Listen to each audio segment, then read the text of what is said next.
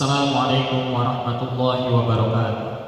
Ananda yang saleh dan salehah, pada kesempatan yang baik ini Ustadz akan menyampaikan materi PAI bab kedua tentang iman kepada Allah Subhanahu wa taala.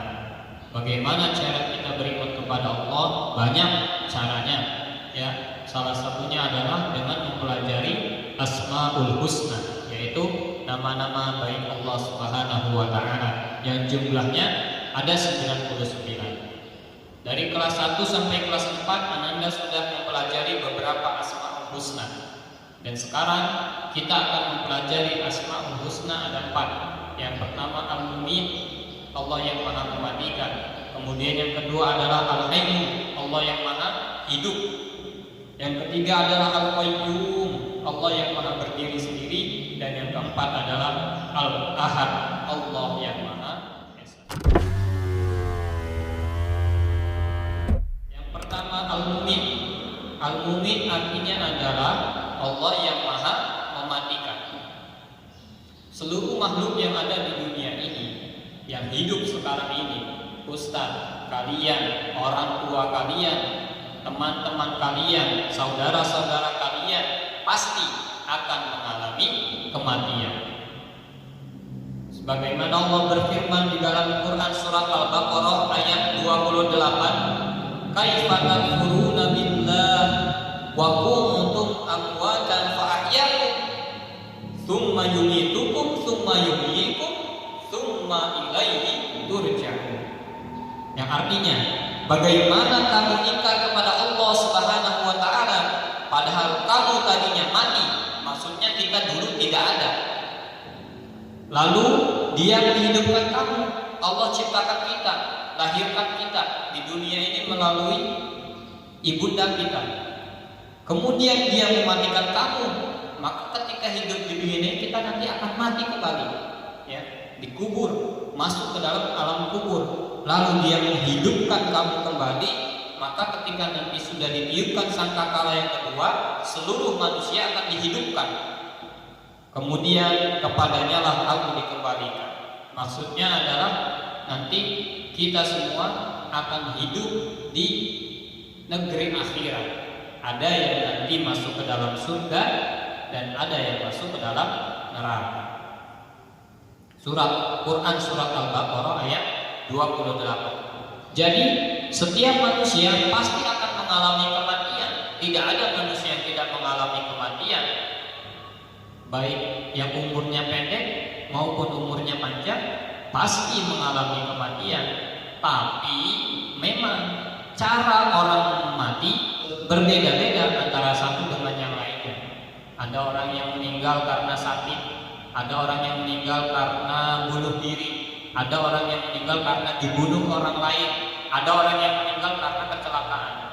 Jadi kita harus yakin bahwasanya yang mematikan manusia, bagaimanapun caranya, dimanapun tempatnya, waktunya, itu adalah Allah Subhanahu wa ta'ala. Ada lagu yang sempat tren, ya, di masa-masa sekarang mungkin masih, ya. Lagunya siapa ya? Satu Pak nama penyanyinya. Nadanya liriknya seperti ini. Orang kaya mati, orang miskin mati, raja-raja mati, rakyat biasa mati. Ya. Orang kaya mati, orang miskin mati juga. Raja, presiden mati. Rakyat biasa pasti mati. Jadi tidak ada satu makhluk pun yang akan selamat dari kematian. Walaupun katanya umurnya panjang, pasti akan mati juga.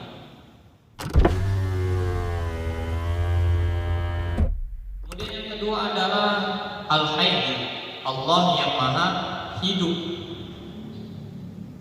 Jadi Allah Subhanahu wa ta'ala adalah satu-satunya zat yang Maha hidup. Kalau manusia ini hidupnya fana, tidak nyata. Yang benar-benar hidup adalah Allah Subhanahu wa Ta'ala.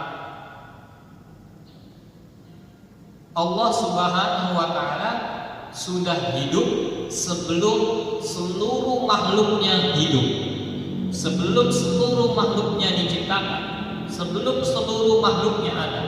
Dan Allah Subhanahu wa Ta'ala akan tetap hidup meskipun seluruh makhluknya sudah tidak ada. Allah Subhanahu wa Ta'ala adalah zat yang akan tetap hidup dan mengurus makhluk-makhluknya. Matahari akan Allah terbitkan setiap hari. Air Allah sediakan terus-menerus. Tumbuh-tumbuhan Allah keluarkan dari tanah. Udara Allah hembuskan untuk makhluk-makhluknya. Ini semua Allah berikan ya, agar kita dapat menikmati rizki dari Allah Subhanahu wa Ta'ala. Kemudian yang ketiga adalah Al-Qayyum, yaitu Allah Maha berdiri sendiri. Allah Subhanahu wa Ta'ala zat yang tidak membutuhkan bantuan makhluknya. Tidak seperti manusia. Manusia itu adalah makhluk yang pasti membutuhkan bantuan orang lain, membutuhkan makhluk lain. Contoh sederhana, kita ingin membuat sayur ya. Tidak bisa tiba-tiba langsung trik ada sayur ya, nggak ada. Yang sanggup melakukan itu adalah Allah Subhanahu wa Ta'ala.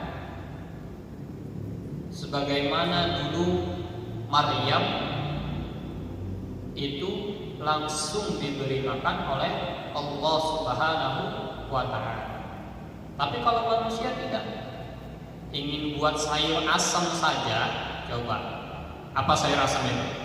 Ada melinjo, kemudian ada pepaya muda, kemudian ada asam, ada air ya, kemudian ada garam. Coba bayangkan, untuk mendapatkan itu semua maka kita pasti membutuhkan orang lain. Untuk mengadakan garam di rumah kita butuh bantuan pedagang ya. Pedagang butuh bantuan orang lain yang mengelola garam, yang membuat garam di pinggir pantai. Tuh, untuk garam. Untuk mengadakan melinjo, kita harus ada petani yang menanam pohon melinjo. Untuk mengadakan pepaya, kita harus ada petani yang menanam pepaya. Untuk mengadakan asam, kita harus ada petani yang menanam pohon asam.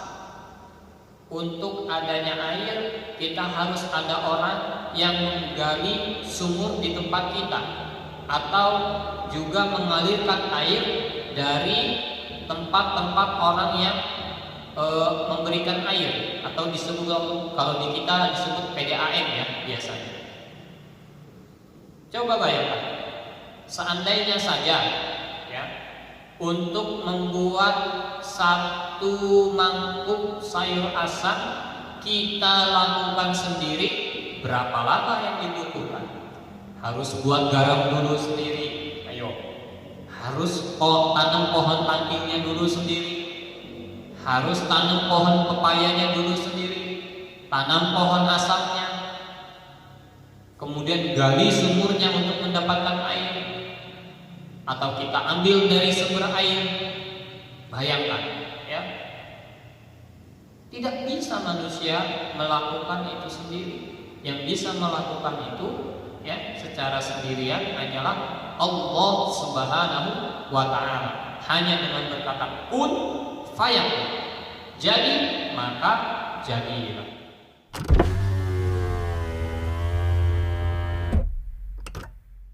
Kemudian yang selanjutnya adalah Al-Ahad, Allah yang Maha Esa. Asmaul Husna mengisyaratkan bahwa keesaan Allah Subhanahu wa taala itu murni, tidak ada yang menyamainya.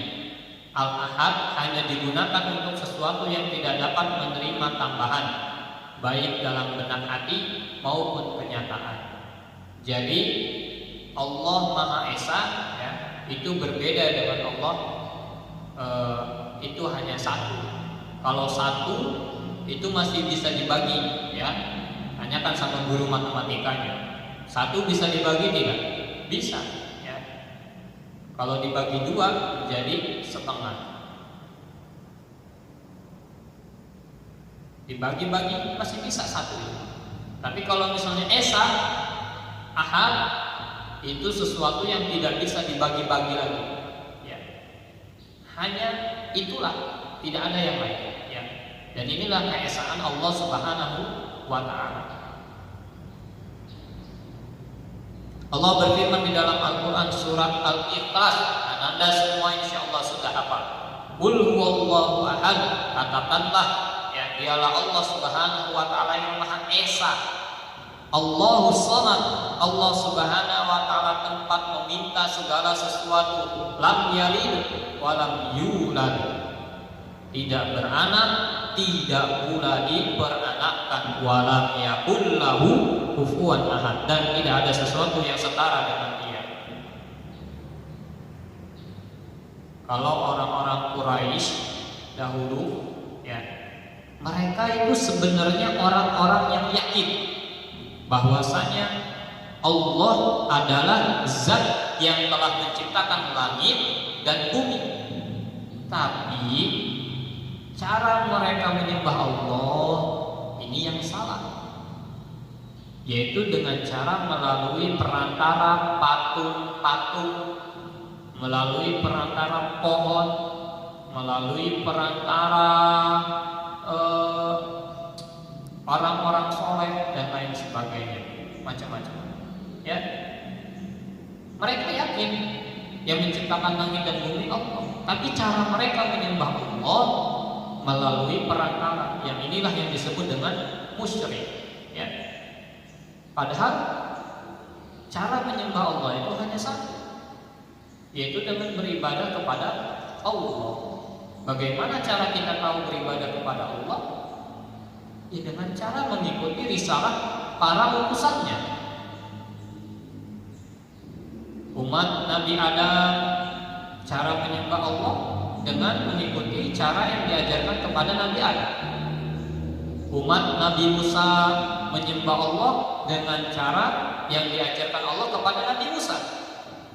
Umat Nabi Isa menyembah Allah dengan cara yang diajarkan Allah kepada Nabi Isa. Dan di akhir zaman ini, cara menyembah Allah yang paling benar adalah dengan cara mengikuti risalah baginda Rasulullah Muhammad Sallallahu Alaihi Wasallam. Karena setiap nabi itu diutus kepada umatnya masing-masing. Berbeda dengan Nabi Muhammad, Nabi Muhammad diutus oleh Allah Subhanahu wa taala untuk seluruh alam, seluruh makhluk.